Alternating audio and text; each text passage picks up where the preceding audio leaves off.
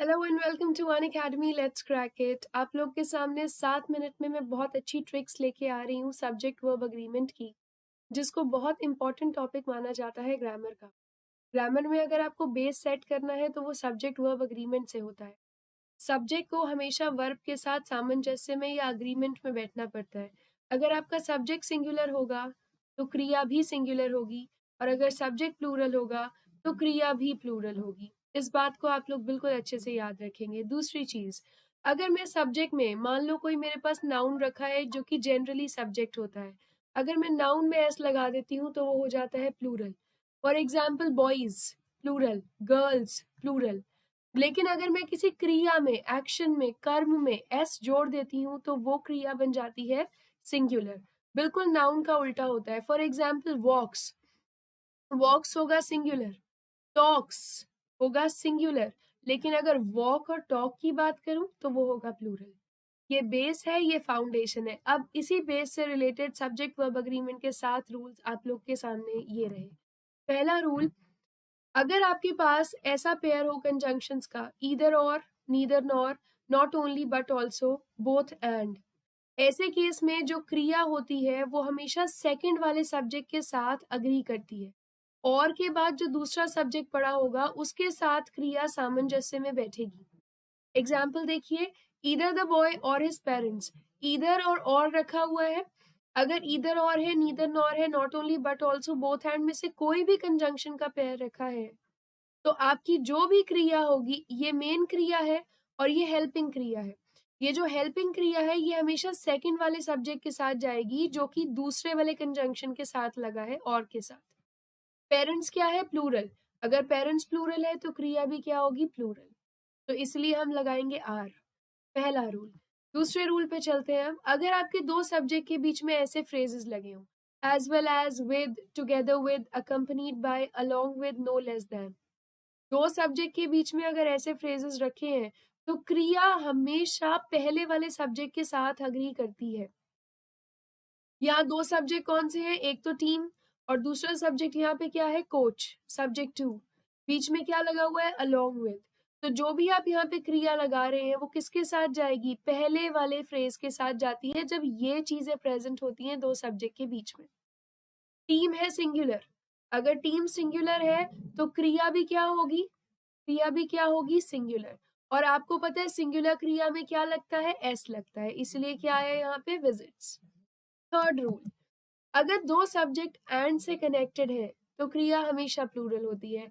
Ram and Shyam are going to the party, क्योंकि दो बंदे हो गए ना, दो subject, subject one, subject two, Ram और श्याम, बीच में एंड लगा दो तो दोनों मिल के सब्जेक्ट की तरह काम करेंगे। क्योंकि ये प्लूरल है तो क्रिया भी क्या होगी? प्लूरल। रूल नंबर 4, अगर अ नंबर लिखा है तो उसके बाद आप लगाएंगे प्लूरल वर्ब। द नंबर कहीं पे लिखा है तो उसके बाद चलेगा हमेशा सिंगुलर वर्ब। ये रूल हाईली रिपीटेड रूल्स में से एक। अ नंबर तब आप कहोगे मैडम स्टूडेंट्स लिखा हुआ है जो कि यहाँ पे सब्जेक्ट है, यहाँ पे भी स्टूडेंट्स लिखा हुआ है जो कि यहाँ पे सब्जेक्ट है, लाख सब्जेक्ट वो और लगा दे, लेकिन अल्टीमेटली बात आके ठहरती है अ नंबर और द नंबर पर। स्टूडेंट्स पिकनिक के लिए नहीं जा रहे हैं, स्टूडेंट्स पिकनिक के लिए एक्साइटेड नहीं है, a number of students excited है। तो अ नंबर क्योंकि प्लूरल होता है तो अपने साथ लेता है प्लूरल क्रिया। द नंबर ऑफ स्टूडेंट्स, अभी स्टूडेंट से आपका कोई लेना देना नहीं है, स्टूडेंट्स का द नंबर होता है निश्चित, सिंगुलर। तो द नंबर के साथ हमेशा क्रिया क्या चलती है? सिंगुलर। रूल नंबर 5, अगर आपके पास कहीं पे कोई अमाउंट आ जाए, मेजरमेंट आ जाए, क्वांटिटी आ जाए, ये हमेशा सिंगुलर होते हैं और इनके साथ लगता है सिंगुलर वर्ब। अमाउंट से मेरा क्या मतलब है? 10 रुपए, 10 रुपए के साथ लगाओ सिंगुलर वर्ब। मेजरमेंट, कोई नाप तोल कर रहे हो आप, ठीक है, जैसे 5 meter, right, 5 meters is, all right. अब आप कोई क्वांटिटी देख रहे हो, 3 किलोग्राम, तो किलोग्राम 3 एक क्वांटिटी है तो क्या लगाओ? Singular verb. Rule number 6, many a कहीं पे लिखा हो तो सिंगुलर वर्ब लेता है, अ ग्रेट मैनी लिखा हो तो प्लूरल वर्ब लेता है। इस रूल को वेरी इंपॉर्टेंट मार्क करिए। ये सिर्फ बैंक में नहीं, एसएससी में नहीं, बड़े बड़े एमबीए एग्जाम्स जैसे कि कैट में भी बहुत बार टेस्ट होता है। मैनी ए के बाद हमेशा चीजें सिंगुलर होती हैं, अ ग्रेट मैनी के बाद चीजें प्लूरल होती हैं। सिर्फ वर्ब ही नहीं, प्रोनाउन भी, नाउन भी। जैसे देखो मैनी ए के बाद मैंने लगाया स्टूडेंट, सिंगुलर नाउन, और सिंगुलर ही क्रिया लगाई। आपको पता है सिंगुलर क्रिया में एस लगा होता है। अ ग्रेट मैनी के बाद हमेशा प्लूरल नाउन और प्लूरल ही क्रिया चलती है। ये वर्ब था, ये नाउन था, दोनों ही क्या होंगे? प्लूरल होंगे। इसको कैसे याद करोगे? ए लगा है, ए के बाद चीजें क्या होती हैं? सिंगुलर, और मैनी के बाद चीजें क्या होती हैं? प्लूरल। ये रूल बेहद important, please do not let it slip off your mind. 7वां रूल, अगर आपके पास कोई कलेक्टिव नाउन है, कलेक्टिव नाउन का क्या मतलब होता है? कलेक्टिव नाउन का मतलब होता है जहाँ पे ग्रुप की बात हो रही होती है, राइट? जैसे कोई ज्यूरी है, ऑडियंस है, टीम है, क्लास है, ये सब कलेक्टिव नाउन होते हैं। कलेक्टिव नाउन हमेशा सिंगुलर वर्ब लेते हैं, लेकिन कई बार कलेक्टिव नाउन का कार्यकाल जो है कुछ और भी होता है, वो मैं अभी बताती हूँ। पहले कलेक्टिव नाउन सिंगुलर होते हैं, इस बात को याद रखिए।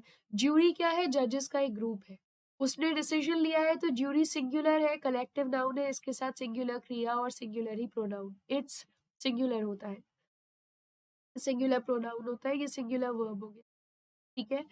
यहाँ पे भी देखिए ऑडियंस कलेक्टिव नाउन है। अगर कलेक्टिव नाउन है तो आप कहेंगे मैडम सिंगुलर वर्ब आना चाहिए, आर को हटाइए, इज लगाइए। पर मैं बोलूंगी कि आर भी ठीक है और देयर भी ठीक है। पता है क्यों? क्योंकि यहाँ पे ऑडियंस एक बंदा नहीं है, एक कैटेगरी नहीं है। यहाँ पे ऑडियंस डिवाइड हो गई है। क्यों? अब सारी सीट्स पे बैठना है, तो ऑडियंस सारी एक ही सीट पे थोड़ी बैठ जाएगी, सारी ऑडियंस अलग अलग सीट लेगी। जब कोई कलेक्टिव नाउन जब कोई कलेक्टिव नाउन प्लूरल फॉर्म में काम करता है, तो वो प्लूरल ही क्रिया लेता है और प्लूरल ही सारे प्रोनाउंस लेता है। 7 रूल्स हो गए आप सारे लोगों को clear? I hope they are clear to you. Yes, ठीक है जी। ये सेशन छोटा सा 7 मिनट का है, जो ट्रिक वाला सेशन है, आप लोग को अच्छा लगा हो तो प्लीज हमारे चैनल को सब्सक्राइब जरूर करें। Please do hit the bell icon for notifications of all my upcoming sessions, upcoming videos in 7 minutes. And PDF चाहिए हो तो आप मेरा टेलीग्राम चैनल ज्वाइन करिए, t.me learn English with Sheena, and see how it works wonders for you. आप यहाँ से PDF पा सकते हैं, आने वाले क्लासेस के नोटिफिकेशंस पा सकते हैं।